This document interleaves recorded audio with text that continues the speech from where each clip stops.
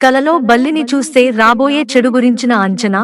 కలలో బల్లులను చూడటం మంచి శకునంగా పరిగణించబడదు.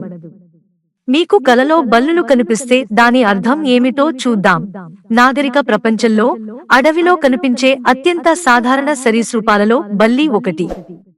ఈ బల్లుల్లో కొన్ని వాటి ఉనికిని బట్టి కొందరికి చలిని ఇస్తాయి.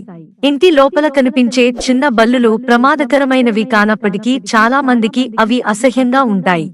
బల్లులు గోడపైకి పరిగెత్తి నాపై పడతాయనే ఆలోచన భయంకరంగా ఉంది. చాలా అరుదుగా అవి నా ముఖం మీద పడతాయి. అలాగే వారు ఎక్కడ పడ్డారు, ఏ సమయంలో పడ్డారు అనే దాని ఆధారంగా శకునాలు చెబుతారు. అలాగే కలలో బల్లులు కనిపిస్తే అశుభం అని స్వప్న శాస్త్రం చెబుతోంది. అవును, కలల శాస్త్రంలో ప్రతి కలకి కొంత అర్థం ఉంటుంది. మనిషి నిద్రలేచిన తర్వాత కూడా కొన్ని కలలు గుర్తుంటాయి. కొన్ని కలలు ఉదయం నిద్రలేవగానే మరచిపోతాయి. తమ కలలను గుర్తుంచుకునే వ్యక్తులు వాటి అర్థాన్ని తెలుసుకోవాలనే గొప్ప కోరికను కలిగి ఉంటారు. ప్రతి కల కలల శాస్త్రంలో వివరంగా వివరించబడింది. ఈ కలలు భవిష్యత్ సంఘటనల గురించి మాకు సమాచారాన్ని అందిస్తాయి. మీరు మీ కలలో పదే పదే బల్లి కనిపిస్తే అది అశుభ సంకేతం. బల్లి గోడకు అతుక్కుని మీపైకి దూసుకెళ్లేందుకు సిద్ధంగా ఉన్నట్లు మీకు కల వస్తే మీరు జాగ్రత్తగా ఉండాలని అర్థం. ఎందుకంటే మీరు శత్రువుల కుట్రకు బలి అవుతారని ఇది ముందే తెలియజేస్తుంది.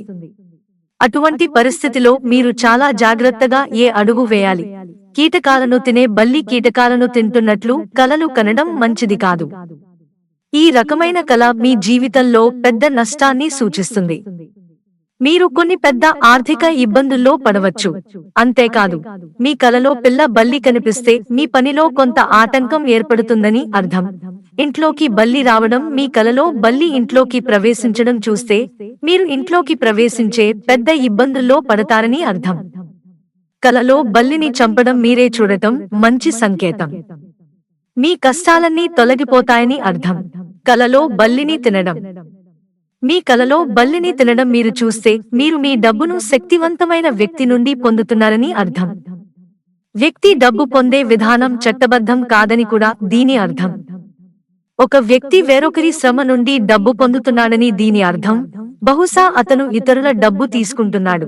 మిత్రులారా, మాకు మీ సహకారం అందించడానికి వీడియోను లైక్ చేయండి, సబ్స్క్రైబ్ చేసుకోవడం మర్చిపోకండి. ధన్యవాదాలు.